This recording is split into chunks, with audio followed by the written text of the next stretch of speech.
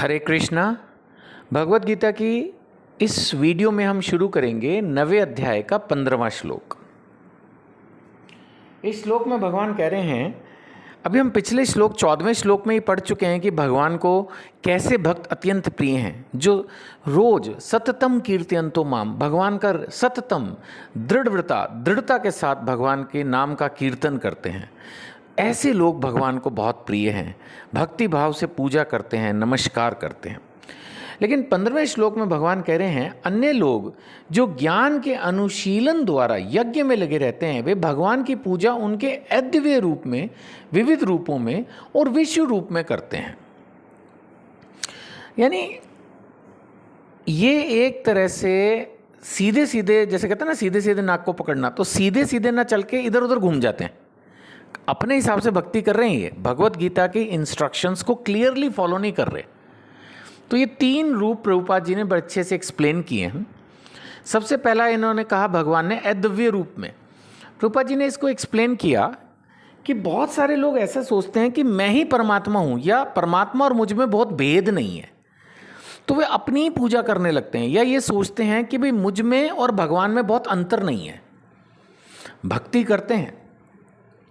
प्रभुपाद जी लिख रहे हैं, उनसे तो बेहतर है जो इस शरीर को ही सब कुछ समझते हैं, वो कम से कम आत्मा को समझ तो रहे हैं, लेकिन इस बात को नहीं समझ पाते कि भगवान में और हम में फर्क है, हम भगवान के अंश हैं। सो आत्मा और परमात्मा इक्वल फुटिंग पर नहीं है, इक्वल लेवल पर नहीं है।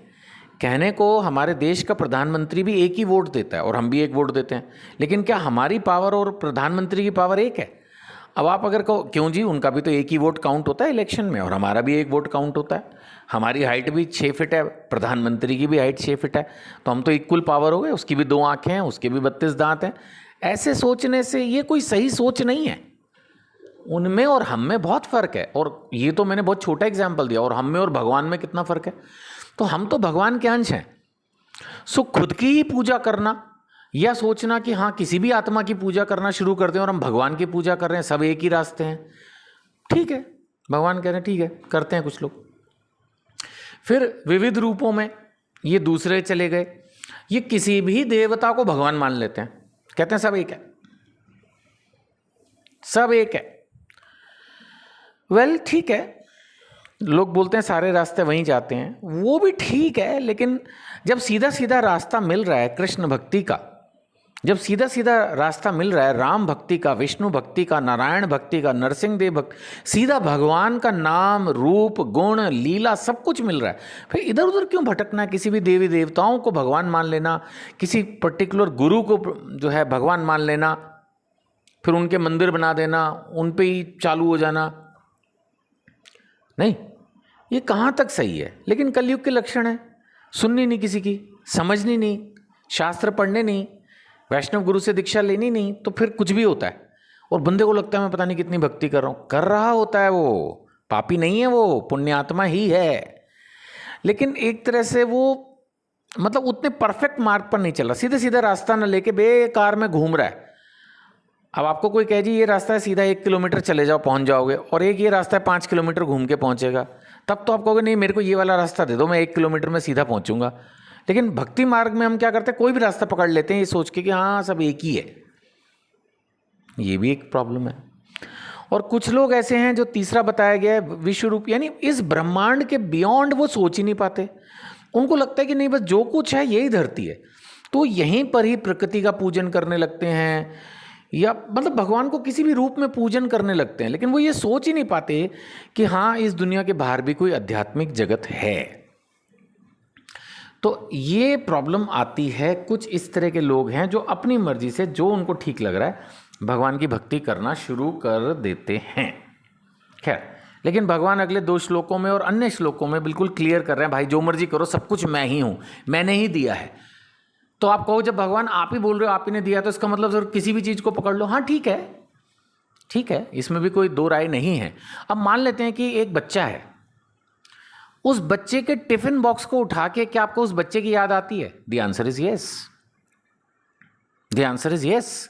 सपोज आपका बच्चा हमेशा आपके पास रहता है और उसका एक टिफिन बॉक्स है, तो जब आप वो टिफ़िन बॉक्स उठाओगे तो आपको भगवान उस बच्चे की याद आएगी ना, वो ठीक है। लेकिन आम तौर पर आप उस बच्चे को ज़्यादा पसंद कैसे करते हो? स्वयं उसको गोद में उठा के, उसको खिला के, या उसकी कोई बहुत अच्छी पिक्चर जो है वो लगा देते हो?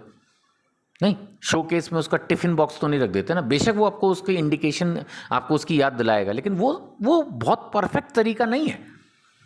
वैसे तो हर चीज़ भगवान से जुड़ी है, लेकिन वो एक बहुत अच्छा तरीका नहीं है। अगले श्लोकों में पढ़ेंगे। 16वें में भगवान कह रहे हैं किंतु मैं ही कर्म कांड हूँ।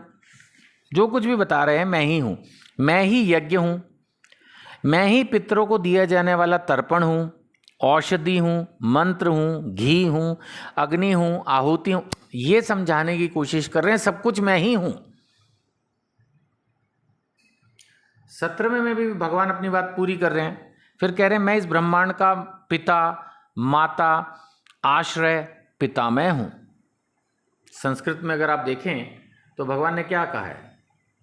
17वें श्लोक में, मैं शुरू में पढ़ रहा हूँ संधि विच्छेद से। पिता अहम अस्य जगते माता धाता पितामह। सब कुछ मैं इस ब्रह्मांड का पिता, माता, आश्रय और पितामह हूँ। सब कुछ मैं ही हूँ, माता पिता सब कुछ मैं हूँ। तभी तो कहते हैं तुमेव माता च पितास्तुमेव। तो वही चीज़ ये भगवत गीता के श्लोक में क्लियरली लिख रहे हैं।